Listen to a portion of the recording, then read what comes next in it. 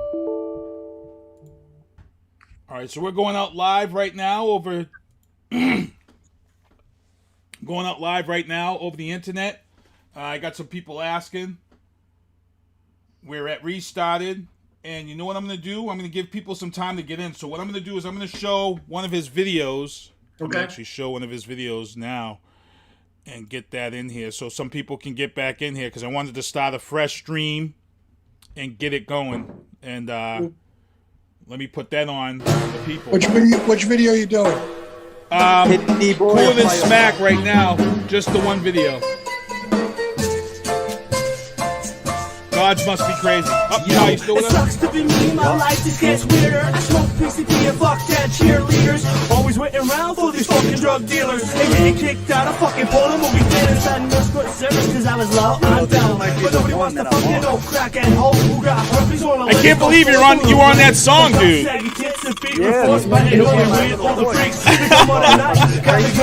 That is so crazy. Because yo, once I get sober, all the shit in my life will be over and she rocks a drug rat. I ain't no quitter, so high on my mitzvah, dressed like Hitler. And sit back and laugh as your family reacts and watch 3 rabbis have heart attacks because Cooler than Smack is all about that shit. It was worth it just to see the stupid look on your face. I was born to be a thorn in somebody's side. I'm a piss off this world before This is crazy. like 11, 12. Watch your fucking crib and then I'll rape your wife. And when I'm done, she'll be like, yo, God fucking damn, I just got things up on the invisible man. sometimes I do shit even I don't understand. Like pour a 40 ounce all over my hand. And when my boys are like, yo, shit rock, what the fuck? I'll be like, yo, check it out. I'm getting my day through like 5 fresh bitches, fuck them. And I'm gathered in the next day at the wall and just run up the garage.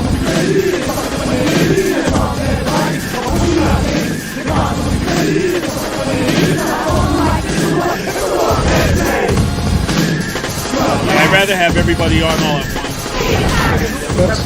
once. Listen to my voice. That's you? Hilarious. Alright, we're coming in a second. Alright. About a minute of the song left.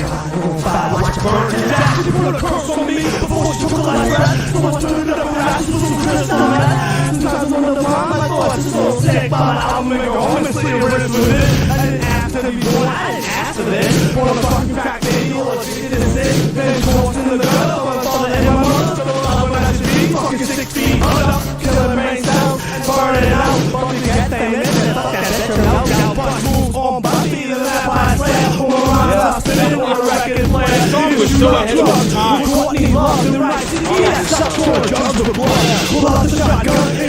We were talking about that. Oh, way to go. Where'd Scott go?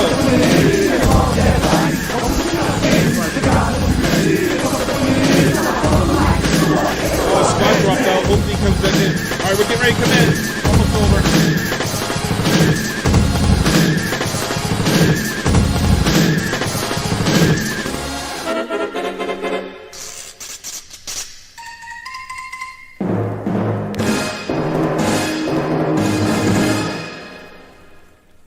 All right, Cooler than Smack. Gods must be crazy. And it's funny because I posted that song because he had actually sent me a that track to use for an intro for the show for one of our segments way back at WXBR. And it's funny because I posted that whole story about it, and my man Ty Hunt down below hits me up and says, "Man, it's crazy. I was the little voice in the background on this video, on this song." So I'll let you talk about this first. I got Dave Wedge up in the left, Ty Hunt down below. Scott was on with us. I got to get Scott back in here with us. Scott's coming back in here from Sando Films. So good stuff for him. And Ty, I'll let you talk about it. Scott, I can hear you, but you're muted. I got to ask you to unmute. Okay, Yo. here I am. Sorry, guys. No problem. So I got Dave Wedge up in the left, Ty Hunt down in the bottom left, and I've got Scott below me. The question was to Ty Hunt, real quick, that Cooler than Smack, Gods must be crazy. Man, how did you get involved with that? And how did you get involved with Van? First of all, I'm Ty. Thank you, Keith, for asking us to come on and doing this for Shem. I'm Ty Hunt from a hip hop artist from Brockton, and the first song that I ever got on was the remix to Pink Elephants, which Dave Wedge was originally on the first album, and I didn't know Dave Wedge. I just knew of the beat. And the first time I met Van, I was in the park down on Winter Street. We call it Plaza on the north side of Brockton, and Van was out there, and I heard he was a rapper, and I used to like battle kids at school back then, and I said, yo, battle me. Anybody who he's talked about me to he's probably told that story. But then he got me into the studio because he loved me, and then he was like, he had Gods Must Be Crazy. We recorded it, and then I had it on repeat in my mother's car. She was thrilled. But Van, he believed in me more than anybody when it came to music, and he molded me as an artist early on. He believed in me when nobody else did. Like Van was my number one fan throughout my whole career as a hip hop artist. He got me the first show he ever got me on was at Max Blues Cafe, and the last show that he did, I was there with Sando Films. We blew it up. Like, that played half the capacity was Cult Music, and Sando Films was there, and he shot an amazing video for him. When Sando and Shem posted the video to Fireflies, I even said that this video almost just made me cry. And then Van passed away 2 days later, and Van, he was Uncle Shem back in the day. He took me to movie theaters.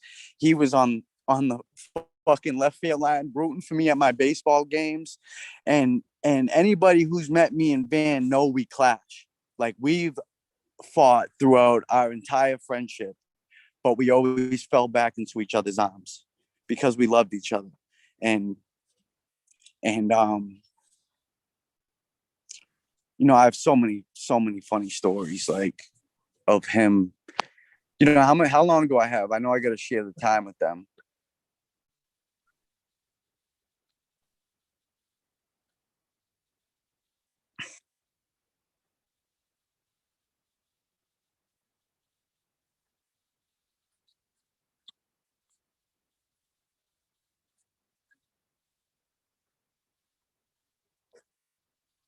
No, no. It was when you was at Massasoit doing the interview, and he brought me there with him.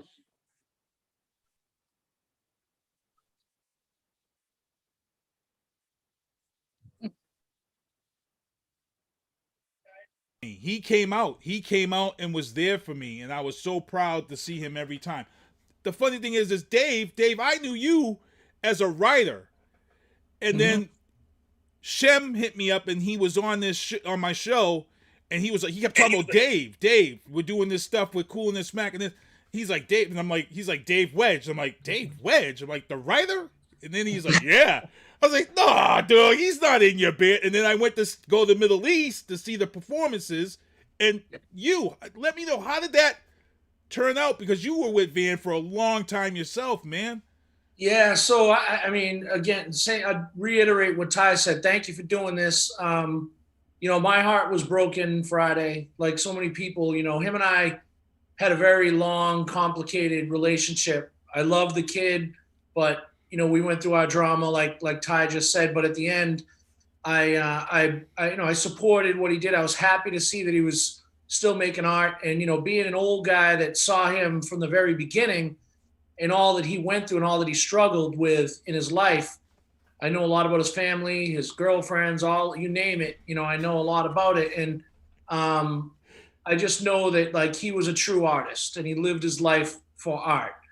for better or worse sometimes. You know, he sacrificed a lot for his art.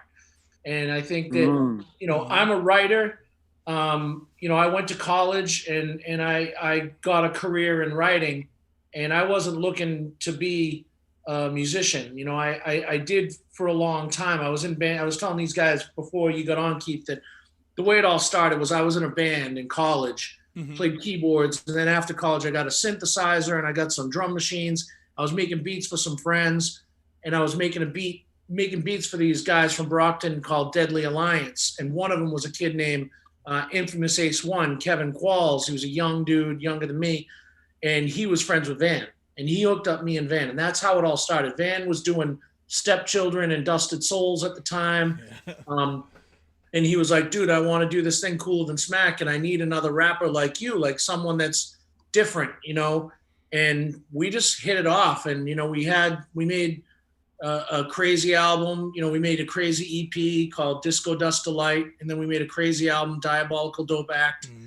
And that was in like 96. And Van started having a lot of problems around that time. We did some tours. We did radio. They played us on BCN. We actually played at the River Rave one time, the old BCN River Raves. And we played in the Middle East, like you said. We used to play out in Worcester at Ralph's, and we played in New York. And I think it was a lot for him. He was a young kid. And I think, you know, he started having some serious problems, and we just kind of went our separate ways at that point. And we didn't talk for many, many years. You know, it was hard because it just, you know, as these guys know, you know, Van was a complicated guy, and Ty can probably attest to it even more so. But, you know, we butted heads a lot, but we did always come back together. And I am happy to say that, you know, about 10 years ago, we reconnected. You know, he kind of made some amends to me. And you know, I always told him, I said, look, man, I said, I just want you to be happy, bro.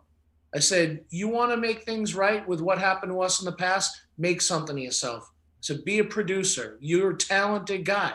You're great at it. He makes some of the best beats I've ever heard, you know? And the kid had a talent. He could write a hook, you know, and he had a personality. And it made me happy that he was doing all the things that he was doing, you know, created Black Hesher. That's a great character. That the rabbit head you got there, the action figures, the t-shirts, like he was doing all the things he wanted to do. Skateboard decks. Yeah. And it made me, you know, and the music he was making, that last album he made, Rituals, is a great album. There's some great songs on there. Like Ty said, that Firefly song, that's a smash. You know, So Magical, that's a smash. Cocaine Nose Job on our first album, that song is it's just a smash. And they're so personal. And I was saying to these guys that, you know, in 95, 96, Van was doing stuff that Eminem was dreaming about. He was before Eminem. He was the original guy rapping about that drug stuff that no one else was talking about.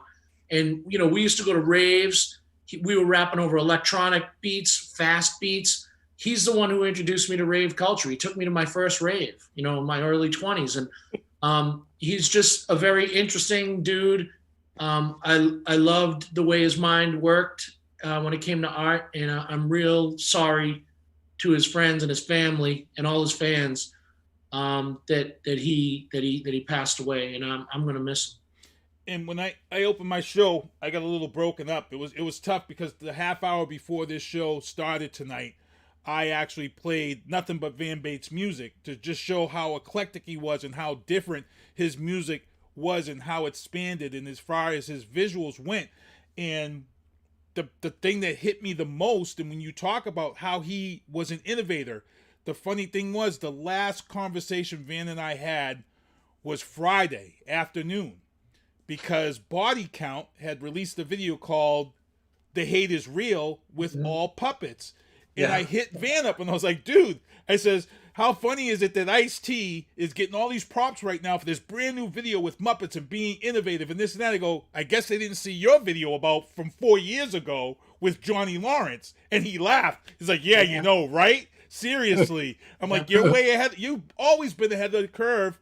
And we laughed about that. I go to bed and then I get woken up at 8 o'clock in the morning and I'm told Van Bates passed. And I was like, you know, it was like, is this a dream? Is this a nightmare? Is this, and I got up out of bed and I was like, I didn't just hear that. Like I was in denial. Yeah. And I was told, no, he's dead.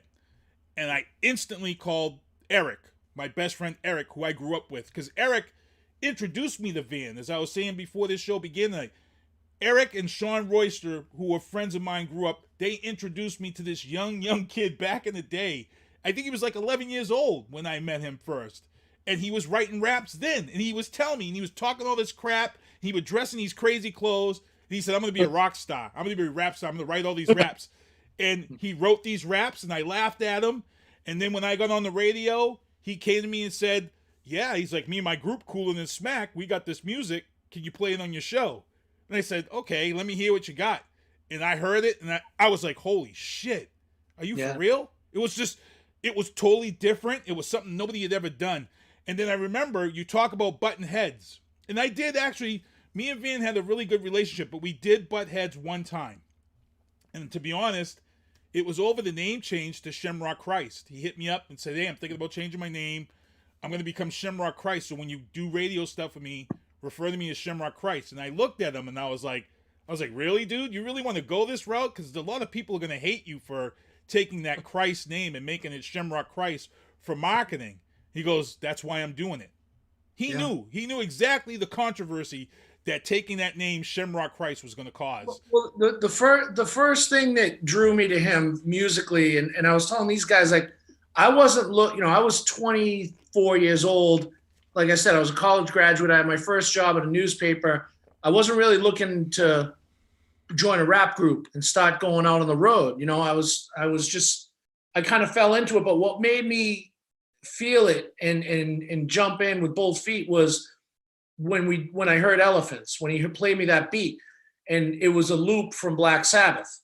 And I was like, all right, this dude's looping Black Sabbath, and like, I'm a metal kid. I grew up on Run DMC and Iron Maiden. You know what I mean? That's what I grew up on. And like, that's what I wanted. It was exactly what I was looking for. He had that personality, and it was like, you know what? I'm going to have some fun with this dude. Let's make some crazy music. And we fucking did. And people loved that Elephant song. And, we used to rock that. And, one quick story, then I want to hear some from Scott a little bit. The last thought I have really is he hit me up a few months back. It was back in January, and he was having some issues with booze. And he connected with a guy named Justin Warfield. And I don't know if you guys know, Ty probably knows who he is. I don't know if you do, Scott, but Justin Warfield made this incredible rap album in the 90s. And he was one of Van's biggest inspirations. And we used to listen to Justin Warfield all the time. And he hit up Justin Warfield on Instagram, sent him some music, and they started a friendship. And Van sent me the screenshots of the messages that he had with him and Justin Warfield. Justin sober, been sober for 20 years, and he was encouraging Van, like, fight this dude, be around sober people, call your sponsor, call people, like, fight this beast, fight it. And Van was so proud that he connected with Justin Warfield, because we used to talk about that dude all the time when we were young, rapping. He was like one of the guys we looked up to, and I just thought it was kind of poetic that he connected with him. And here's this guy that didn't know Van at all, but he was just trying to help him stay clean. And that was one of the last sort of real memories I have of Van, is how proud he was of that. So, I got to tell you now, Van Bates, hugely responsible for the beginning of my career. I met Van in 2006 in lockup, and we were locked up together for 3 months. And I didn't know he was a rapper until the day before he left. We were sitting at the table, and he rapped me Pink Elephants. And I was like, holy shit, this guy can fucking rap. And he's, yeah. He goes, when I got there, I'm going to rap. I'm going to be a rock star. Exactly what you said. Yeah. And I was like, well, I'm going to be a filmmaker. And I had a camera, I had nothing. Like, he goes, I believe that you're going to be a filmmaker. And I said, you know what? Let's do a music video at some point. After I get out, I'll see you, because I had another year and a half to go. 8 years later, his first music video as Shamrock Christ was my very first music video that I directed. At the time, when I was trying to break into the scene, you know, I'm an older guy. I'm going to be 50 next month. So coming in late, I didn't know anybody in the hip hop scene. I didn't know anybody. He was like the first person to trust me with his art. And I said, I don't really know what I'm doing. I've filmed a few things, but I don't really know. And he goes, you know what? I believe you can do something. And, you know, it's funny. I watched the video right before I came on with you guys, and I'm looking at how shaky it was. It was like a video camera that I used when I shot. And to see how much I've advanced and over the years, other stuff that we've done together. I've done all his shows out here. I did his last show, which I have a lot more footage that I'm going to release soon. And then we did the video for Hammering the Sky, and he was out in LA, but he really wanted to work with me, but we couldn't. We were on separate coasts. So we got a mutual friend, Tanya Lee, and she came in and she lip synced it, and we did it all with green screen, and that was the Hammering in the Sky video. I remember sending it to him, and he's the type of guy, like I would send him something and it would be no edits. He would just be like, dude, you got it. That's exactly the way it should be. And, you know, he through my entire career and his, every time something big in our life happened, we would be messaging each other. Oh, dude, I was just on stage with Rakim. He's like, oh, dude, I just met the dude from, Mickey Avalon, and like he's out in LA. And so I met Dave Wedge through Van, and I met Ty through Van. So I wouldn't have known either one of these guys without Van. And I've done 4 videos for Ty, music videos, and 2 recaps, plus Veana Marie I met through him, D'Astro, Jay Andrew, Katie LaDubs. Like, he just opened me to a whole new world of musical artists to work with. And, you know, he was so supportive about everything I did. And I never butted heads with Van. We were always on the same page. But me and Ty, that's another whole story. We get to the point where I just sent him footage of a video and told him to go fuck himself. But Shem, he did a 3-way call between me and him. And he like cleared the air between us, and he got us on the same page. And at the end of the conversation, me and Ty were like, you're a pain in the ass, but I love you, man. It wouldn't happen without Shem. Love-hate relationship all day. He made us realize that we could put aside our differences and be friends again and be able to work together again. You know, and that's what Shem was. He brought people together, and you know, he was an amazing person, and it breaks my heart that he's gone. But he would love this right now. That's all I gotta say. So, you know, thank you, Keith, for doing this, and I'm sorry to all his family and friends, and you know, we're all going through it. But I got something in the works. I have a lot of footage that I haven't released of Shem, and I'm going to get like little stories from his friends. And I have a guy out on the West Coast, Zach Meister, who did a lot of work with him out there, and he's going to do some interviews with the San Diego people. We're going to collaborate. We're going to put together a dope memorial for him of like all his footage and, you know, little moments that I never really shared with the rest of the public.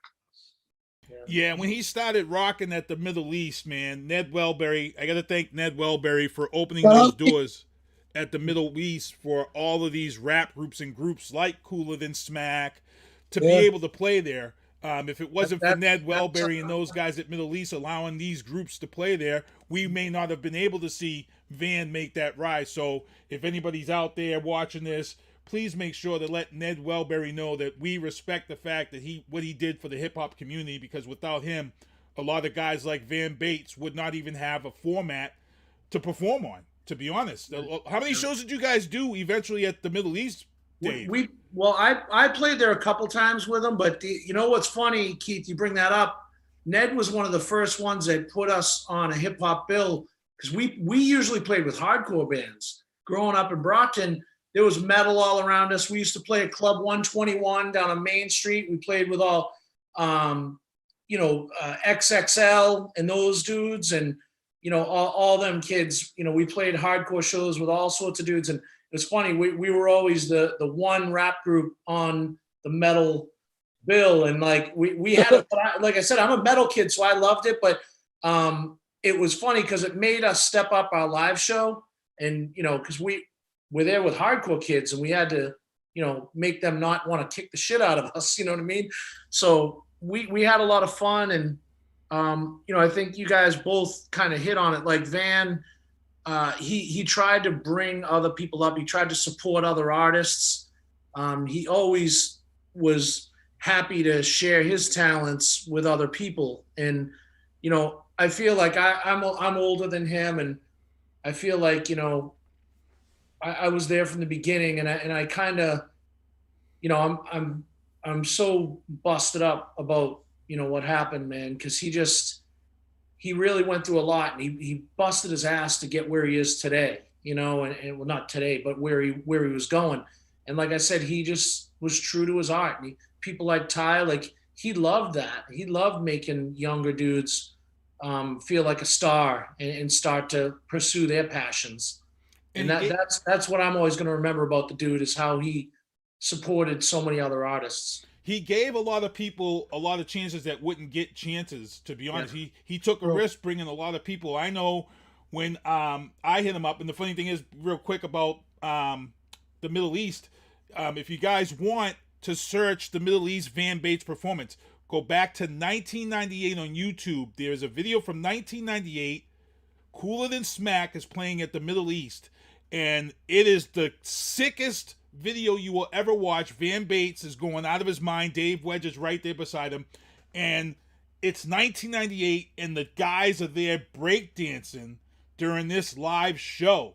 Yeah. And I know Van was ecstatic, because Van was a big fan of breakdancing and things of that sort. So when that, he saw that support, I know that was right there for him. That was a big part of our show back then, and those kids that were breakdancing are all my best friends now, those guys. It's the Stanleys, Dwayne and Travis, and our buddy Nathan Hughes, and all those guys were DJs, and they were all in the rave culture. They were breakers. And for me and Van, it was like super important. What I loved about Van and why I did Cooler Than Smack was because he had that vision to combine rock and rap, metal, sample things that no one else thought to sample, like Black Sabbath, like the Bee Gees, it's just shit that no one else was going near. We were sampling, underground obscure. We sampled like Vision of Disorder, like hardcore bands, Deftones. We were sampling all sorts of crazy shit, but we always wanted to keep it true to the root of hip hop, which was, the breakdancing culture, beats and rhymes and breakdancing culture. And that's what we loved, man. And that's what we brought to our shows. And I think that's why a lot of people liked it. And he was obsessed with finding beats. One of the things that me and Van had on a personal level was Van used to go to record stores. And one of the first things he did when he got out to LA was he went to the record stores, and he would text me. And if he found like this obscure jazz album, he would text me and just send me a picture of the cover and be, look what I found. So then I would go and I'd try to find some obscure thing, or I'd be at the library and I'd find some obscure CD or something, and I'd send it to him, and he'd laugh and be like, oh, I already got that one, And it was just one of these things behind the scenes that him and I had with music, the things that we had with just videos, and he helped me out. Like when I first was asked to manage a performer, Veana Marie asked me to manager, and that, I've managed businesses and stuff, but I've never managed an artist before. And the first thing I wanted to do was help her get where she needed to be. One of the first things I noticed about Veana Marie as an artist, she was a little stiff on stage. She was nervous to perform in front of crowds. I reached out to Van and hit Van up. And Van's like, what do you need? What do you need from me? He's like, I've been watching what you're doing. I've seen her perform. He's like, I'll get her on some shows, and we're gonna let her open up. And I've heard this from other people. They'd say, oh, bring her down, we'll get her on shows, and then they blow smoke up my butt. We get there and she'd never get on. We did Van's first show. He got her on. Then he left, went out to California. He came back. He did his Black Hesher homecoming party, and the first thing he did was hit me up. Yep, he hit me up and he says, I want Veana at this show. This is going to be a big show. And he talked to her. He spoke in her ear and let her know, this is your stage tonight. This is your hometown of Brockton. And she went out there and she freaking killed it. She couldn't believe how good she did. And I owe that to Van. Van was the one who really got her to come out of her shell as an artist. And I know she's hurting today. This hurts a lot of people, because Van, despite the bad stuff and the things that he was fighting, Van was a good ass dude. And Van was a great guy, and people were really going to realize what we lost in this guy.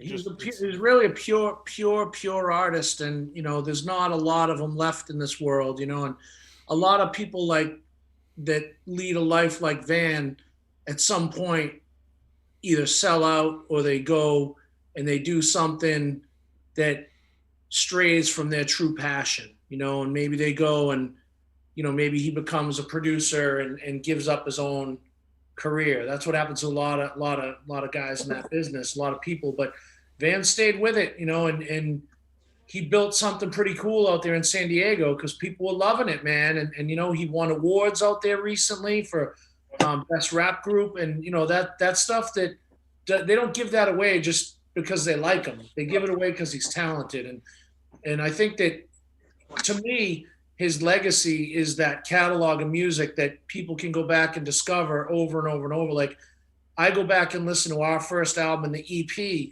and I hear, these samples from, like you mentioned, Keith, Alice in Wonderland records that he got at the library or at a yard sale.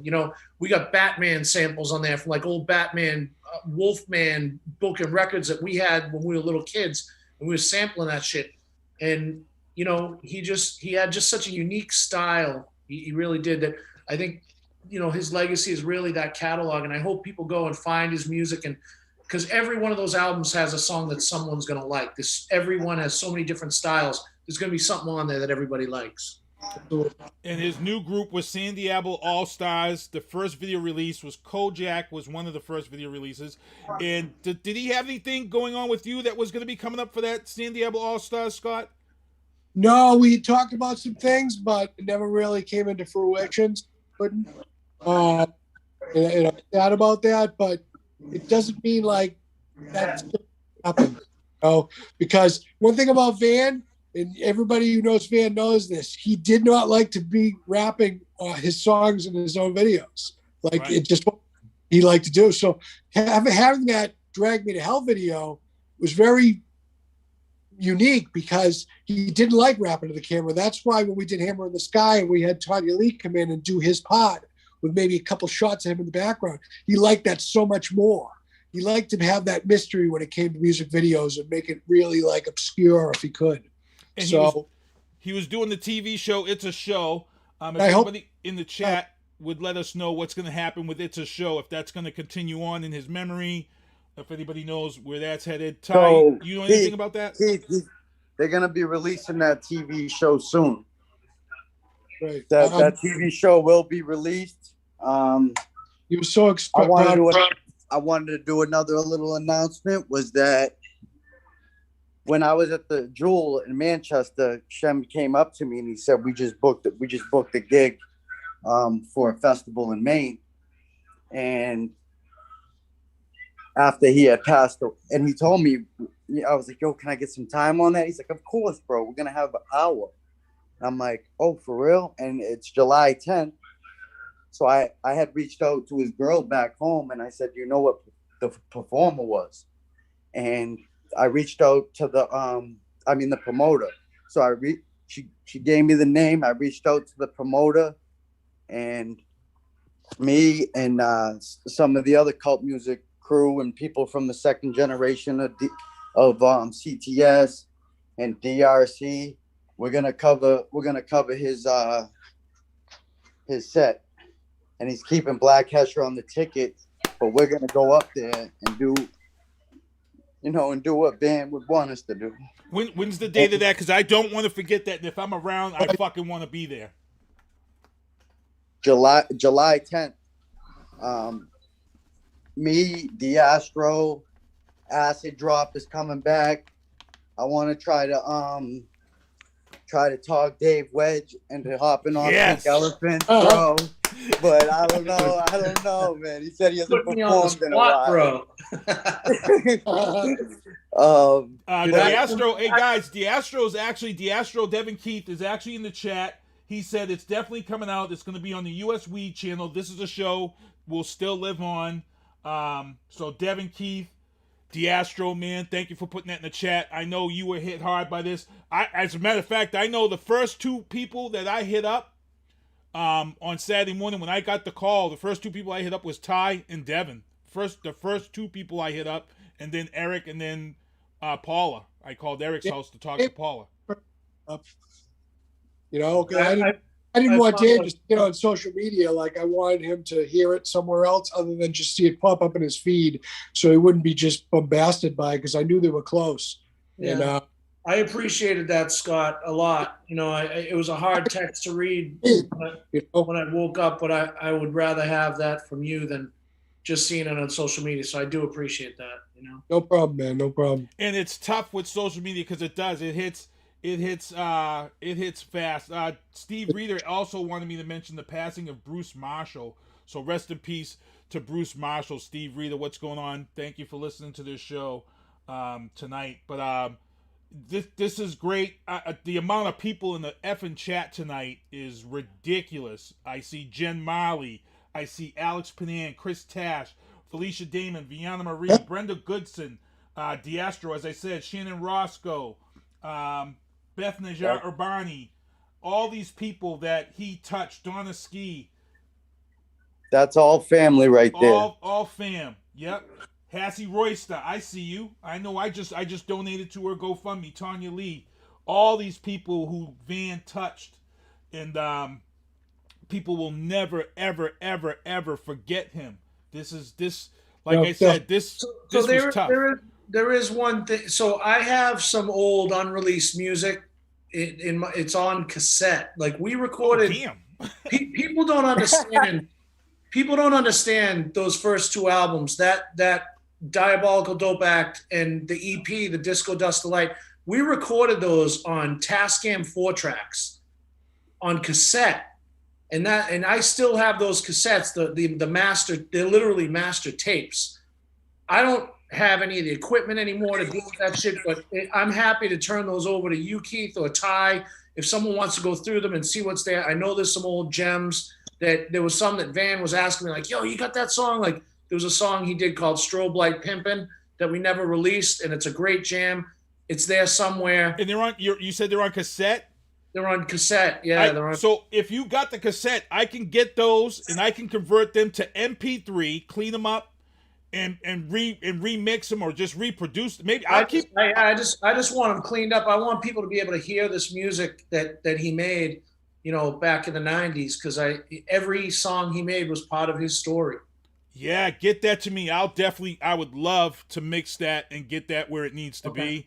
And put that out. Maybe even if we can put an EP out for him with, you know, we'll come together. I think all of us can come together and pick the songs and what he would want and just nail it down. Yo, do you think it's a better idea if we release it to, you know, Cult Music, Jay Andrew, the people who have been mixing his music? Yeah, that's fine. Could do that too. Yeah. Yep. And you know, it's funny you brought him up, Ty, because I was thinking about him too. Like that guy, Jay Andrew, I don't know him at all. I just know his music. He's such a talented guy. His music is really amazing. He gave a new sound to Van, and they definitely had something magical there that they were doing together. And that's another example of how he had a knack for finding these artistic people and bringing out the best in them. And it's super cool.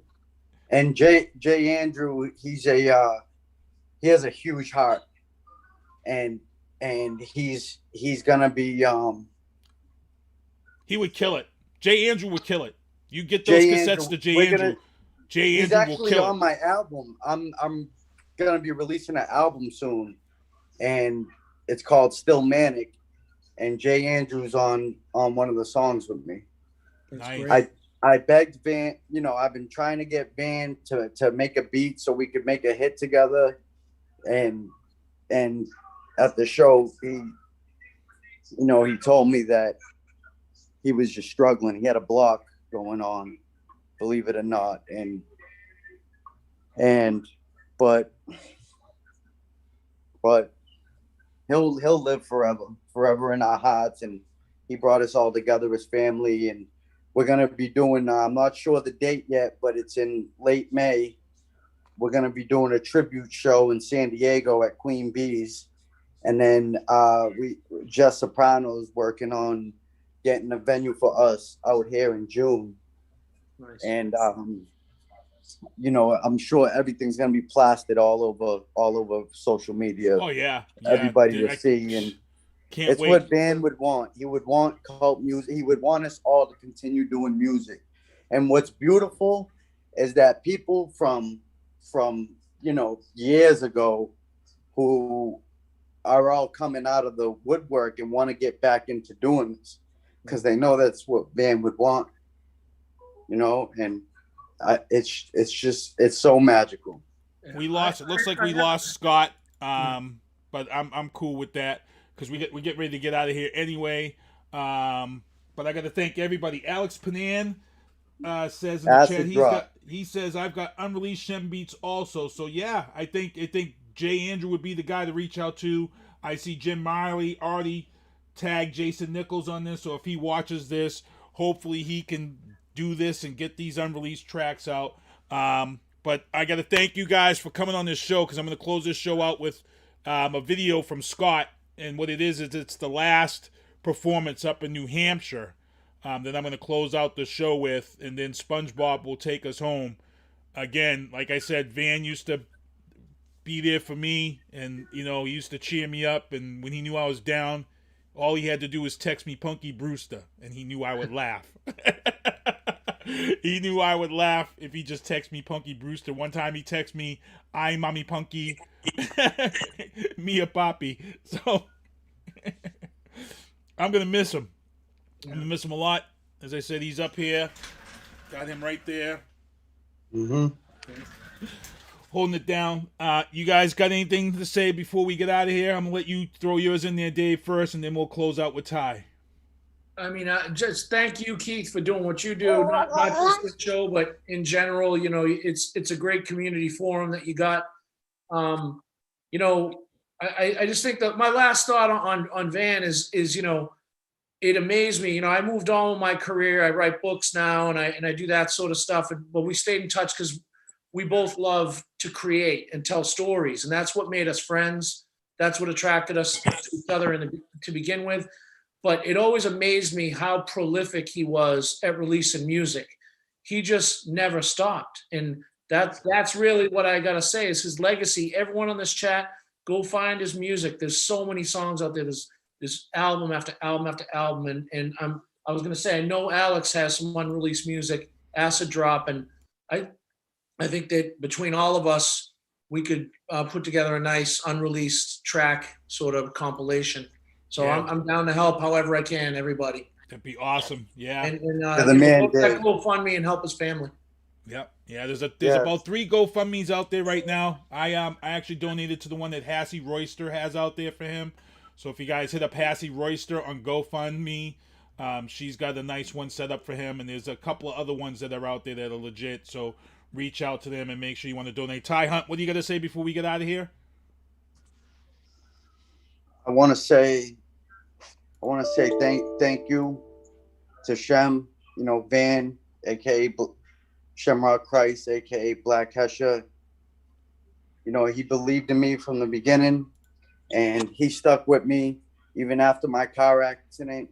And he got me on stage over and over and over, and we talked till his last day. And I just want to thank Van. I want to thank you, Keith, and I want to thank you, Dave, for sharing your history with Van, because that I love that. I love hearing people's history with Van because it feels like it brings me closer to him. And I want to thank everybody from CTS to DRC to Cool and Smack, and most importantly his family.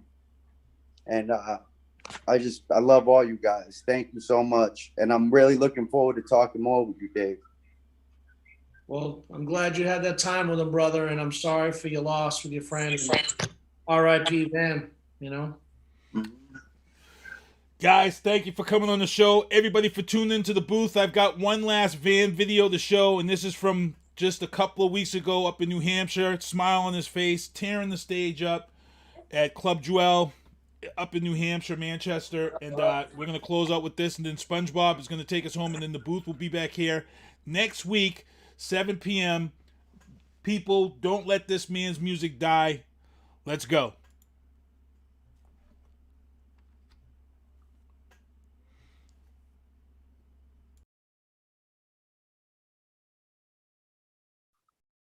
Hey, thanks a lot, Keith.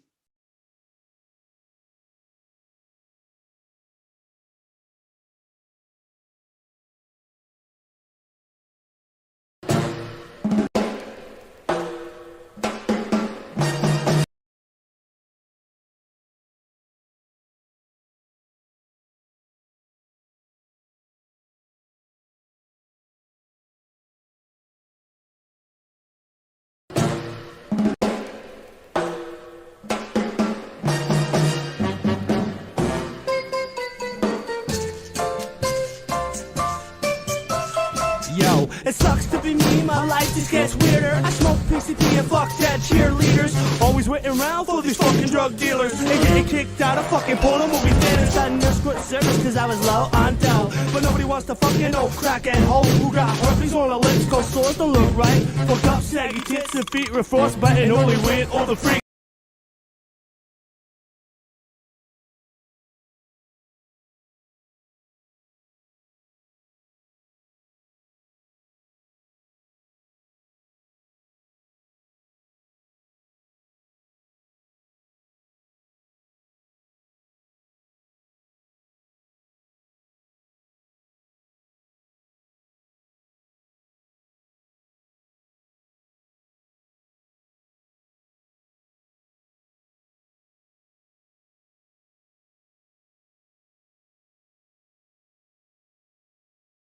Black Hesha, cult music.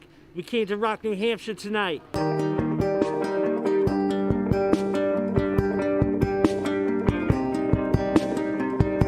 Black Hesha! Well, now I got my OnlyFans up.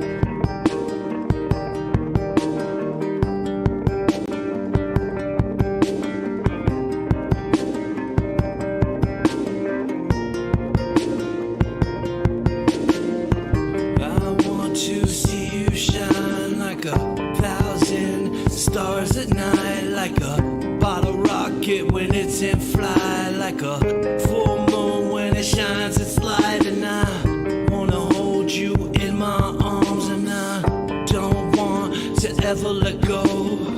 To keep you standing here, I sell everything that I own. 1,000 fireflies in the sky. I wish I was next to you tonight. 1,000 fireflies in the sky. I wish I was next to you tonight. I never thought I deserved. I thought I lost all my worth. I thought I wouldn't preserve. I thought I would always be cursed. And after the storm and the rain went away, the sky cleared up, pain started to fade. After all this bullshit I put myself through, when I opened my eyes, I saw you. 1,000 fireflies in the sky. I wish I was next to you tonight. 1,000 fireflies in the sky. I wish I was next to you tonight. 1,000 fireflies in the sky. I wish I was next to you tonight.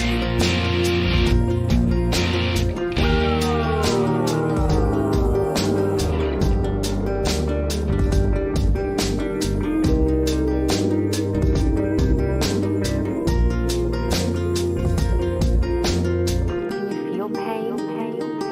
What about love?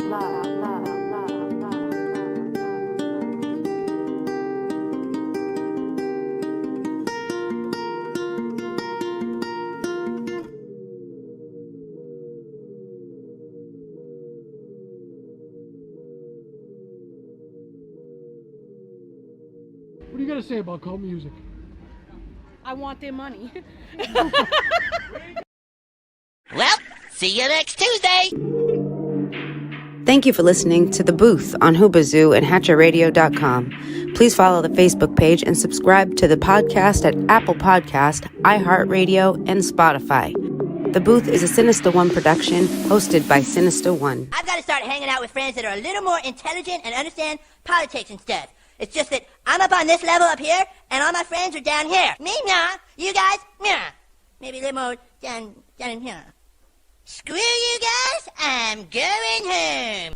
I smoke, I drink, I do my thing. These bitches hating, so you know I got to make it plain. Don't do cocaine, but your chick, my main. We stick together, true forever. Yeah, you know we bang. I miss those days, which was easy. If only I made it, keep this shit on repeat. Now that I done upgraded, I've been upstate, and y'all think I'm playing. And I got a hit now for these weak ass hoes who think I ain't slaying.